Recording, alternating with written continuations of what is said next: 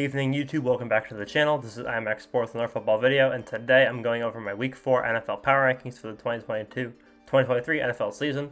I've been doing Power Rankings on the channel every single week for 3 years now. Dumpster fire. But I've inaugurated a new tier called Tragic. This will include these two teams until one of them wins the game for the rest of the season. The Bears, or until they start playing okay. The Bears have been mauled in every game they've played. Their only game that was close was the Tampa Bay game because they only lost by 10. The Kansas City game this week, I stopped watching when they took Patrick Mahomes out halfway through the third quarter, up 41-0. And Week 1, they got demolished by the Packers, who have proven to be mid. As for the Broncos, they had an okay game Week 1. They had a worse game Week 2, and then they had one of the worst games in NFL history Week 3. They let up 70 points in a single game, and their offense could barely score 20 in garbage time against a backup defense. Yeah. Moving on, we have the dumpster fire. We have the Panthers at 30, and we have the Giants at 29. I almost included a third team in here, but I think it would be disrespectful to these teams. The Panthers obviously are 0-3. The Giants are 1-2. The Giants played a game last week against the Cardinals that they ended up winning. But they started off the season with I believe, 0-60. They allowed 60 straight points without scoring a single point before coming back against the Cardinals and winning. Daniel Jones showed a lot of promise in that game, and then this week he threw it all away, and they looked terrible.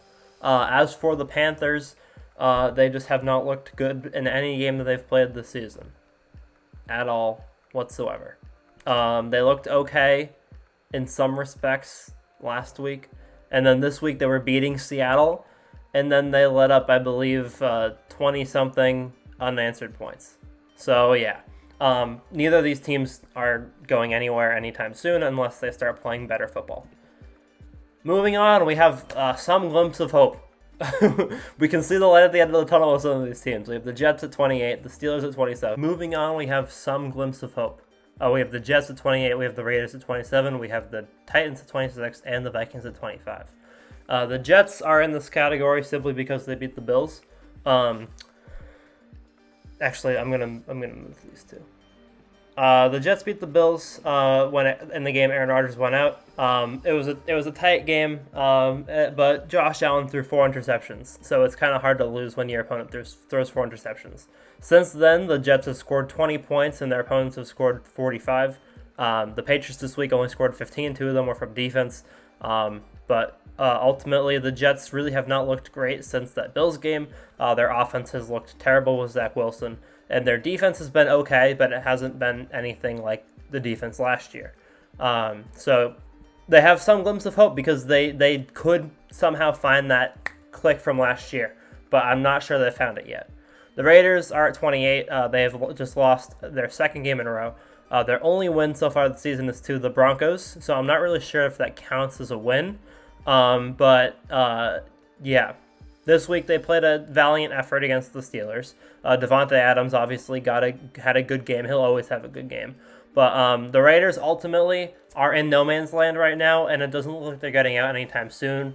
But because they have Devontae Adams, because they have Josh Jacobs, because they have such an explosive offense, it's shocking that they're doing this bad, and you really know that they can somehow find a way to turn around if they really try. The Titans are at 26. They beat the Chargers last week, but that's basically the only thing they've been able to do this season. Their other 2 games have been horrendous. This week particularly, they got demolished by Cleveland, 27-3. Wasn't even close. And their offense has just looked horrible against any team that has some semblance of a defense. I don't think the Chargers count as owning a defense.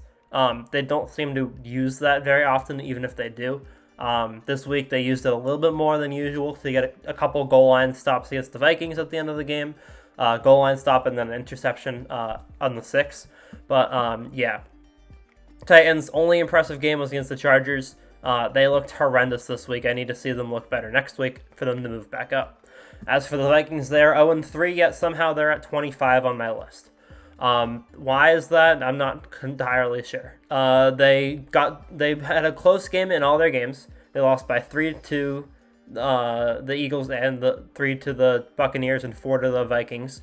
Chargers. But the difference between last year and this year is that last year they won every single close game, and this year they're losing all their close games. So yeah, that's the main difference. Their offense still looks phenomenal. Justin Jefferson has over 450 yards through 3 games. But their defense can't really do much of anything, and they weren't able to get it done twice on the goal line against the Chargers this week. Moving on, we have better than expected. We have the Washington Commanders at 24, the Texans at 23, the Cardinals at 22, and the Steelers at 21. Commanders, one of their wins doesn't count. It was against the Broncos. I'm not counting any wins against the Broncos unless you beat them by 50 or more. And then their other win was an okay win, but I mean, they beat the Cardinals before the Cardinals learned who they were as a team. And the Cardinals have since learned who they were as a team. This week they got demolished by Buffalo. If they have another game like this next week, then they won't be in the top very much longer. Or not top, but they won't be at 24 very much longer. They really just... They played okay in their 2 wins against bad teams, and then they played a good team and they couldn't even score a point. So we'll see how they play next week, but Washington is really iffy right now. Texans and Cardinals were expected to be 2 of the worst teams in the league. Right now they're both 1-2 after very impressive games. The Texans obviously didn't have as good of an opponent, but they beat Jacksonville, who has been like shockingly bad. They scored 37 points on them this week, and they beat them by like 4 scores. So great game by Houston. Phenomenal game. As for the Cardinals, they didn't demolish, but they beat the Cowboys, another very strong top 6 team. And the Cardinals were a bottom 2 team last week. So Cardinals have shown some glimpse of good, and they're better than expected.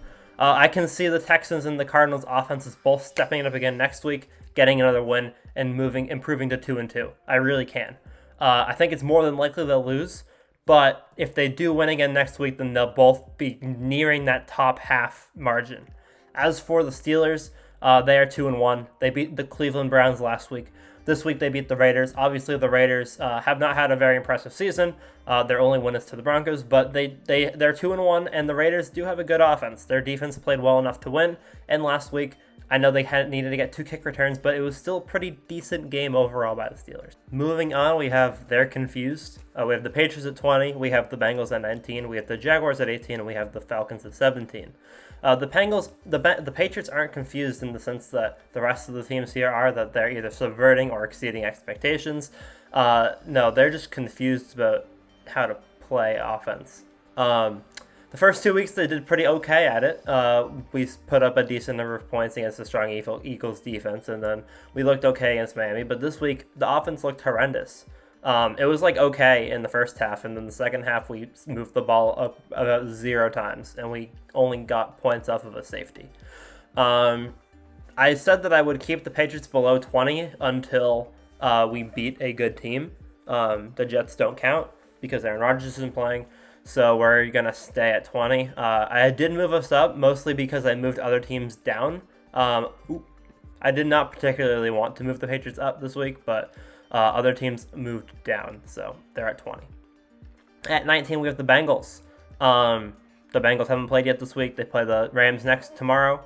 I'm not really too... I'm probably not going to move the Bengals no matter what happens. If they lose tomorrow, unless it's a massive loss, I'm not going to move them down too much because the Rams have been a strong team, and the Bengals are already pretty low. If they win, which I expect them to win, then they'll probably move up a little bit, but I need to see a little bit more consistency out of them before I move them any higher. They played a decent game against the Ravens last week, but they've been bad. Jaguars are at 18. They've been almost as bad. They beat the Colts week 1, which is a fairly impressive win now that the Colts are 2-1. But since then, they scored 9 points against Kansas City. An impressive game. And then this week they had an even worse game.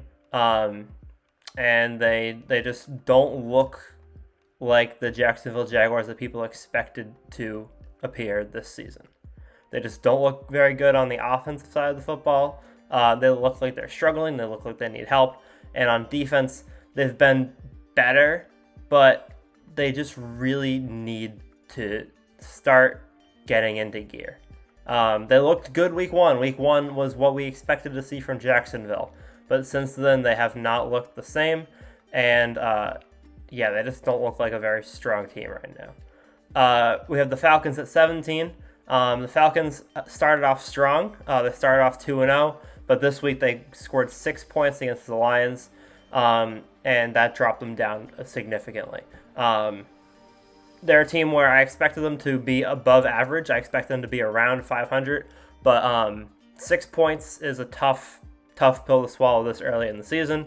With an offense that looks good, I need to see more consistency before I consistently have them higher in the rankings. Moving on to, this is interesting. We have the Saints at 16, the Packers at 15, the Colts at 14, the Bucs at 13, and the Chargers at 12. The Saints and Packers played this week. The Packers won 18-17. I don't know if the Packers necessarily deserved to win because Derek Carr went out partway through the game. And they were down 17-0 at that point. But they played good enough in the second half to win, which is impressive considering they were down by 17. And they are 2-1. So the Packers have been pretty decent this year. I'm not going to say that they're good yet because their only wins are to the Bears and to a Saints team that lost its starting quarterback. Yes, dare I say, I think that the Saints are better with Derek Carr. I am not a Derek Carr fan, but he has played well for them, so I'll give him that. But yeah, Packers have looked, and then they had a lead last week against the Falcons, and they blew it. So I need to see more from the Packers before I put them any higher than 16. As for the Saints, with Derek Carr's injury, they moved down automatically. I was thinking of possibly having them in the top 10. I was going to have them in the top 10 before the Derek Carr injury. Once Derek Carr got injured and they ended up losing the game, they fell obviously out of the top 10. But they're still 2-1, and they still look pretty decent. The Colts are also 2-1 after their last week one to Jacksonville. They've put together two very strong games against Houston last week and this week against the Ravens. And they won against the Ravens, who are pretty much solidified as a top 10 team while Lamar Jackson is playing football. 14 is a pretty strong spot for a team who I expected to not be that great this season, but they've definitely earned it. 13, we have the Buccaneers, another team that beat the Bears. They are also 2-0. They beat the Vikings, who are 0-2, and the Bears, who are also 0-2. I was hesitant to put Tampa Bay this high. Last week I had them lower, but this week a bunch of teams played way worse than I expected them to, so they ended up naturally moving up the rankings. So they're up at 13 now, and I don't really expect them to change their position depending on if they win or lose tomorrow, because they're playing against the Eagles. So if they lose, then they'll probably drop a little bit. They maybe drop down to 15 or 16, but they probably won't drop below the top half if they lose to the Eagles. And then if they win, then they'll move above the Chargers, but I don't really expect them moving a whole lot higher. Actually, no. If they win, then they'd probably be like top 5. I don't really expect them to win, but if they do win, then I apologize to all of the Tampa Bay fans. Tampa's basically a top 5 team at this point. And then Chargers at 12. The Chargers will most likely stay at 12 unless they lose some major game. They underperformed the first 2 weeks. The Miami game was close. They kept it close against the best team in the league. And then last week they played an underwhelming game against the Titans. This week they played another offensive game against the Vikings. The Chargers every game's going to be 30-30, but you're going to have them at 12 unless they end up being like 3-6 or something. Moving on to the strong contenders, we have the Rams at 11, we have the Browns at 10, we have the Ravens at 9, the Lions at 8, and the Seahawks at 7. The Rams, probably still too high. I had them at 8 last week. I moved a couple teams above them just simply because a couple of teams performed better this week than last week. Their win against Seattle was fairly impressive. They beat them by 2 scores, and then they only lost by a touchdown to San Francisco, the second best team in the league. So, or arguably the best team in the league. And so when you talk about the Rams this season, they've looked like a top 10 team. I don't have them in the top 10 simply because they haven't played tomorrow's game yet. If they lose to the Bengals, then they'll probably drop down to maybe 13 or 14, but not much. And if they win, then they might go up a point or two. Browns at 10 and Ravens at 9, AFC North buddies. The Browns lost last week to the Steelers after two pick sixes. Not pick sixes, two kickoff return touchdowns. They lost that game on special teams, but other than that, their offense and defense have both looked like top 10 offenses and defenses. This week they won a very crushing game against the Titans. And week 1 they played a pretty sturdy game against the Bengals. Ravens at 9. They really have underperformed my expectations this season. They beat the Texans week 1.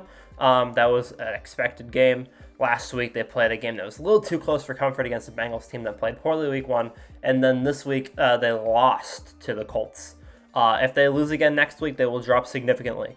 But right now I think that they're still a top 10 team. They didn't play a terrible game this week, but they really their offense looked not great for most of the game. The Seahawks and the Lions are at 7 and 8. They're probably going to stay together around the same spot for most of the season. They had a tight game last week against each other where Seattle came out victorious, which is why Seattle's at 7. But originally I had Seattle down pretty low with their loss to the Rams week 1, but they have looked like Seattle the last 2 weeks. I know this week they're against the Panthers. That's not the biggest, most impressive game in the world to gauge how good they are on, but they did have a pretty solid game against the Panthers. They looked like Seattle the last 2 weeks. They have looked like Seattle. So I have them up at 7 because they have looked like Seattle, and they beat the Lions. And the Lions have been a pretty strong team. This week, they won 20-6 against the Falcons, a 2-0 team that a lot of people thought were improving. And then week 1, obviously, they had a pretty strong game as well. So Seattle and the Lions are probably going to stay in the lower half of the top 10 for most of the season. They're going to be basically attached to the hip. Moving on, we have the 2022 Elite. We have the Cowboys, the Bills, the Chiefs, and the Eagles. The Eagles have moved down to this category simply because they haven't played their next game yet. If they win against Tampa, then they'll stay at number 3. I don't expect them to move much. If they lose to Tampa, then they'll probably go down to number 5. They probably won't go down to 6. They've played pretty well in their 2 games, but they haven't done anything phenomenal. They're 2-0. Cowboys at 6. Dallas looked phenomenal in week 1 and week 2, and then they lost to collectively understood as one of the worst teams in the league. It wasn't even a particularly close game. They kept it close for a while, but they ended up losing 28-16. Not a very impressive score. Dallas was up 70-10 against their first 2 opponents, but their first 2 opponents were 2 of the worst teams in the league. The Giants, who barely beat the Cardinals last week after almost losing to them, after being down like 21-0. And then this week, they had another pretty sad game. The Giants looked terrible. And then their other opponent was the Jets after they lost Aaron Rodgers. Obviously, the scores were impressive in the first 2 weeks, and the Cowboys have looked good, but I'm concerned about their offense simply because their offense hasn't needed to do anything in their 2 wins. And then this week when the Cardinals put up resistance and their offense needed to do something, it didn't do anything. So that's my one concern with Dallas, is that their offense didn't step it up when it needed to. As for the Bills and the Chiefs at 4 and 5, these two have basically had the same season trajectory. They had bad week 1s, they had good week 2s, they had pretty great week 3s. The Bills beat a 2-0 team like 37-3, and Kansas City just demolished the Bears. I expect them to both be top teams, but they had pretty bad week 1s. Finally, we have the Dolphins and the 49ers at 1 and 2. Miami scored 70 points. Not much else to be said. And at number 2, we have the 49ers. The 49ers had a third consecutive very strong game. Complete game offense and defense. They had a complete offensive performance against the Giants, and they demolished them with their defense. The Rams game was the only game that's been close for them so far, and the Rams have looked like a pretty solid team. I don't really know if there's anything else I can say about Miami. Last week they played a close game against the Patriots, a little too close for comfort. If Cole Strange had gotten that first down, then they may have lost. We don't really know. It may have gone into overtime. But yeah, 70 points. I mean, they were going to be a top 5 team on the power rankings no matter what this week, but after that, there's no way you can't have them at number 1. So thank you guys for watching. I hope you guys enjoyed. Make sure to leave a like, subscribe to the channel if you're new, and I'll see you guys all in the next one. Peace.